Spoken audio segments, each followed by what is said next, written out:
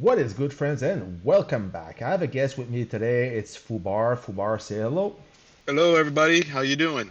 I had a great weekend so far. It's beautiful outside, and thanks for reminding me to do a video about the Paramount Cup as some alliances finish their rotation, so the ranking change, and we're gonna talk about that because at this point, the Paramount Cup, I find that it's getting more like a math quiz rather than a combat game or a fighting game.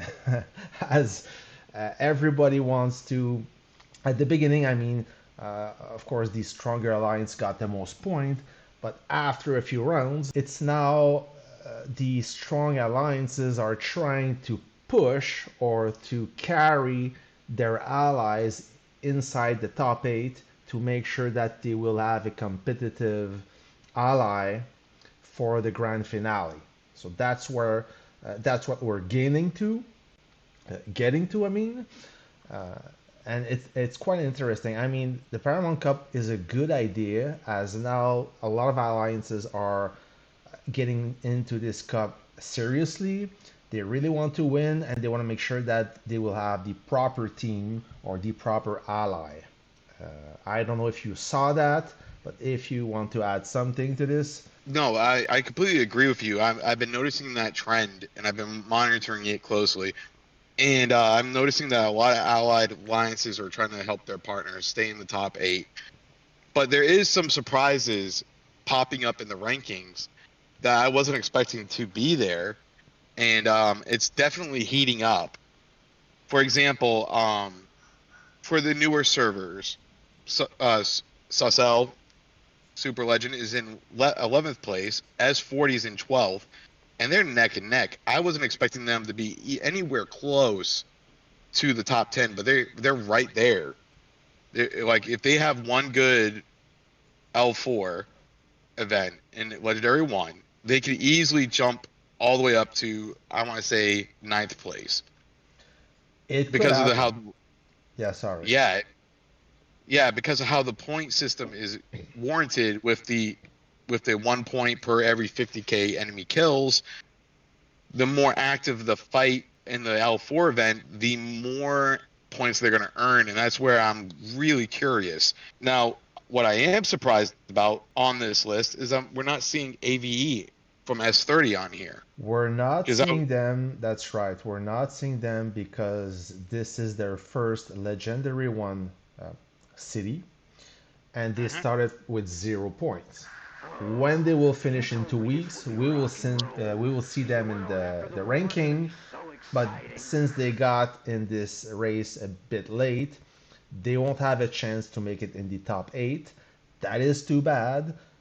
I saw their progress and they are doing very well. I mean, they have everything they need to be in the top eight. They're not the strongest alliance out there, but they do have a lot of active whales, and their team is highly motivated. I know a few players from the old S8 server where I used to play at the very beginning, and they told me that it's night and day between their old server and this server. They have a lot of spenders. I mean, this week with the special event, they collected on average 20 alliance chests daily. That is a lot. AV Avenger have the highest combat readiness buff of everyone in their current battlefield. Higher than top, higher than S21. They are days ahead in terms of motivation. However, they will reach their top killing point, but they may not cap anything as they are on the, let's say, losing side of this conquest, meaning that even though they can single handle pretty much every alliance except S21, they are all ganging up on them and they are at a disadvantage, so they won't have a chance this time. Maybe for the next season. now one thing I am surprised by the rankings right now is actually top. I was expecting top to be a little bit higher on the ranking than it is.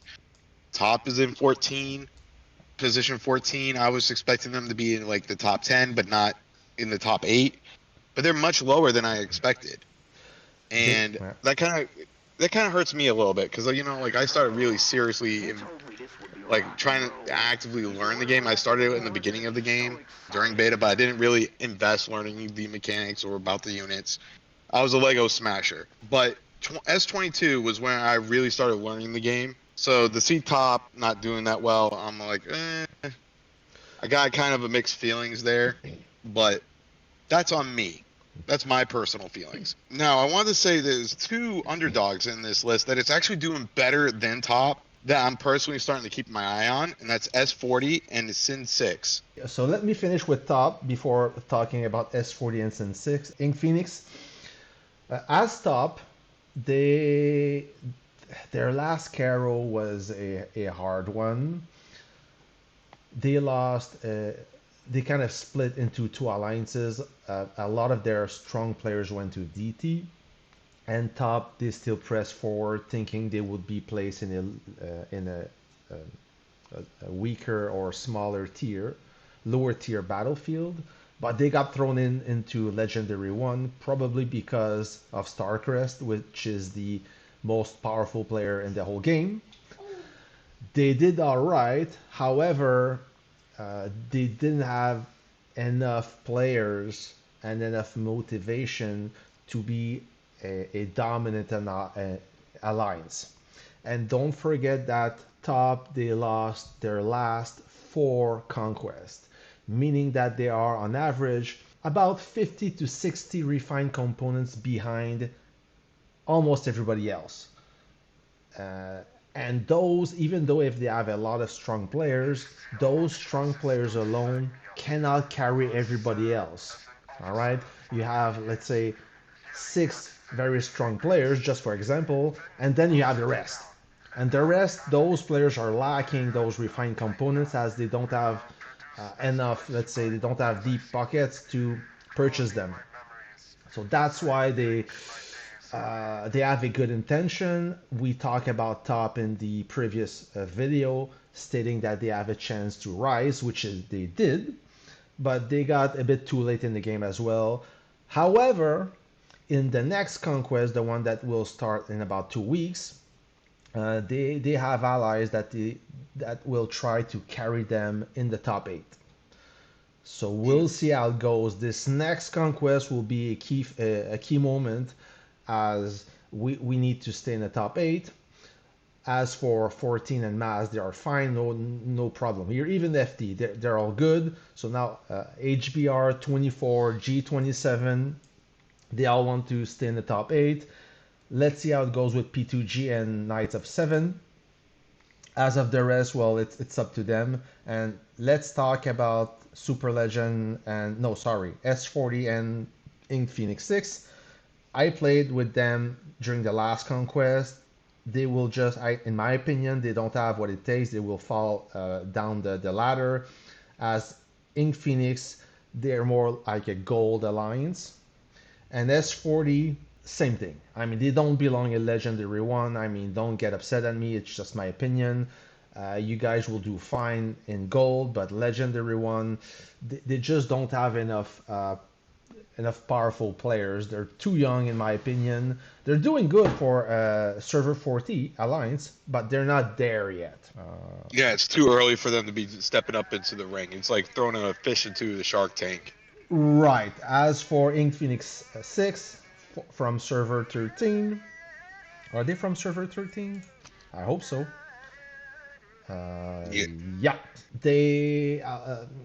I didn't see that because when I joined HBR, a lot of their strong players already left for Server 12. So now they're trying to stick around, but they're not Legendary 1 worthy in my book. Still a great alliance, and as you can see, their current battlefield, it's not easy for them. I mean, they are the weakest alliance out there. There's a couple other alliances on here that I am surprised about that I never heard of before that have just shown up, and they're actually doing quite well. Which is? Which is Kill, BXV, Mm-hmm. which is Berserker, and Gone. I've never heard of those alliances before, and it's nice to see them stepping up. I've heard of Kill in like whispers, and they've been around for a while. I know they're on S12, Mm-hmm. And I know Berserker's from S15. I never knew that S15 actually had a Legendary 1 team, and that it's nice to see that. I Gone is from S7. yeah, I can't talk much about Berserker. I don't know them at all. Gaon, they were in the same situation as, let's say, Ink Phoenix in their Battlefield, which they were in the lower tier alliance, kind of thrown it into Legendary 1, and they got save zone pretty quick. Kind of sucks. As for Kill, I know them a little bit. I've been playing in Kill. This was my last alliance before I migrated to server 27. A bunch of good guys. A lot of players left for server 14 2 or 3 conquests ago. Maybe, I think, 3 conquests ago. So now they don't have any whales. And that is one of the issue when you want to be in a higher tier battlefield. I mean, you need activity, that's for sure, but you need at least 4 or 5 powerful players to lead the attack. That's what we see in S21. S21, they have I have no money, and other players that are, they have insane activity, and those powerful players, those whales, are always, they are active 24/7. I swear, they are always active, always leading the attack. So it's kind of motivating everybody else um, to step in and prove that they can do it. I may not say the best here, but that's what I've seen. And S21, I mean, they're they're really strong in their current battlefield. They will have to sweep everything in order to stick in the top 8. That's what it's gonna happen. No, I agree with you on that one.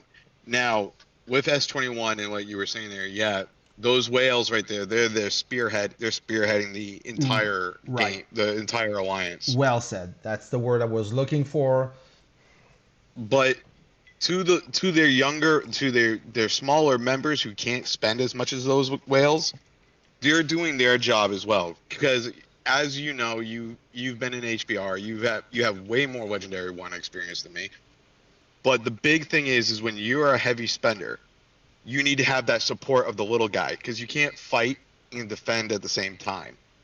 So I feel the little guys are doing an excellent job supporting their whales in their assaults, and and that's what I think is being the real big game changer there. Legendary 1 demand the highest activity.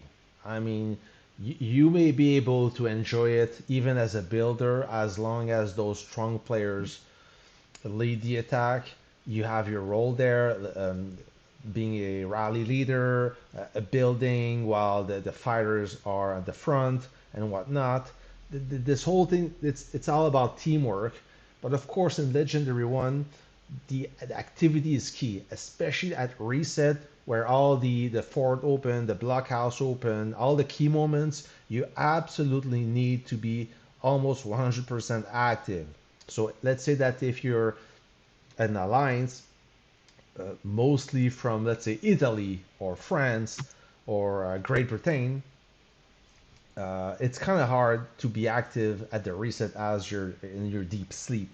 So that could be cool as all your friends, you know each other, that's fine. But for Legendary 1, it doesn't work. You absolutely need an international alliance. I know that the Vietnamese team, they're really into this game, they're dedicated. And I heard, I don't know if it's true, but some alliances, they even share their phone numbers and they get called when it's time to be active. That it's, they are that crazy. So my prediction so far, this is my top 8 list of allies that will make into the Paramount Cup and the final. We have 14. We have Mass, of course, HBR, FT from server 14 as well. And now everything else will be very close. Like we have G27, server 24, probably G28, and top. So I know that's 9 alliances, but at this point, anything goes. It will really matter. It will really depend of how strong those alliances can help their friend stay in top 8. What I predict right now, all right, I'm gonna give my pecking order. I'm thinking right now that the first spot is going to be held by S14 and Mass for Mhm. second. Then I think third is going to be HBR. I think Ru- right behind HBR is going to wind up being G27. Then I think Fraternity is going to be in fifth place. And then I think P2G and 24 are going to be right behind that. And I'm really hoping Knights of Seven make it into that list of the top eight because I've heard a lot of good things about them. I've never seen them fight, but I've heard a lot of good things about them. And but what concerns me is I feel like the next L4 that the little mass is going to be supported by 14 and mass to make sure they stay in the top eight. So they have a solid alliance of allies on, for all times. Ooh, yeah. I'm gonna have to go ahead and sort of disagree with you there. We'll see. I don't agree with you. I respect what you say, but I don't agree. But we'll see. We never know. Some airlines say they will skip. Some they say they will play. We'll find out as soon as the conquest is open for registration. Small mass, I think that mass they merge all their strongest player. I don't think that they will benefit from carrying their smaller alliance into the top eight. I think that that's the role of FT fraternity, and that's why they are in fourth place. I mean, they carried them. They gave them all the points they could to stick around in the top eight. That's the only reason. I mean, that's normal. It's their ally of server 14, so they need them for support. So we'll see in the final how it goes. But as for small mass, I don't know. We'll see. I mean, anything is possible. Yeah, anything is possible right now. It's pretty much anyone's game right now to make it into the top eight. All you gotta do is get to the eighth position, and there's a lot of alliances really close to that. Yep. So that could change overnight. That's the beauty about this game. I mean, at this point, if you have a chance to make it to the top eight, you will have to do whatever it takes. Maybe count off a few migrants. I know that HBR got a few players. They keep getting pretty good players, high quality players. Now I heard that a lot of Whiskey Tango Foxtrot players migrated to HBR, so that's good for them. And Yeah, they expect maybe more. We'll see. I hope that 24 gain a few more players. As for 14 mass and G27, we are under a glorious server, so nobody can enter except one player monthly. Besides that, I mean, top may have a chance to gain a few players as well. It really depends if I don't know. I hope they have the motivation to recruit some more players. We'll see. I mean, being top, I know that there's a few players in DT that should. I mean, logically, they have nothing to lose to join top and try their best for the cup. We'll see how it goes. yes, yes. I wonder what Top's gonna do because I think that like the low morale right there needs to definitely be fixed, and that's what kills alliances, and we've all seen it. And I really hope they can pull it around because they are a good team. They've just been, I guess you could say they just been hitting a snag. Hmm. They got a few recruits from outside server, and now if they can gain a few more players, they would be in good shape. Top will be. I heard that top will be allied with server 19 mass. Funny thing is, we're gonna finish with that. But funny thing is, top was always friend with mass. A long time ago, when Scan was active, when Scan was playing more actively, if I can say, he was a very close friend to Nan, the leader of mass. But when Nan left, and at the first Caro, Mass kind of not broke up with Top, but they did their thing, and Top declared on Facebook that they will no longer be working with Mass, yet they are working with Mass again. So I guess at this point, when you need to make in the top eight, you have to forgive and work together. So I mean, it's The enemy of my enemy is my friend. Yes, well said. So that's it. So, friends, what do you think? Do you agree? What is your prediction? Who do you think will be in the top eight? I know some of you may cheer for your team, for your own alliance, and this is fine. Maybe you're a supporter of S21. What do you think about them? Do you like how they play currently in their conquest? I predicted that they would win this conquest, and they will probably do. So they're still in Moscow. So if you want to take a look and see how it goes, let me know what you think. Let me know what is your prediction. And until then, friends, I'm gonna wish you a great weekend. FUBAR. Have a good one, guys. I got your 6, and so does Mag. All right. Peace.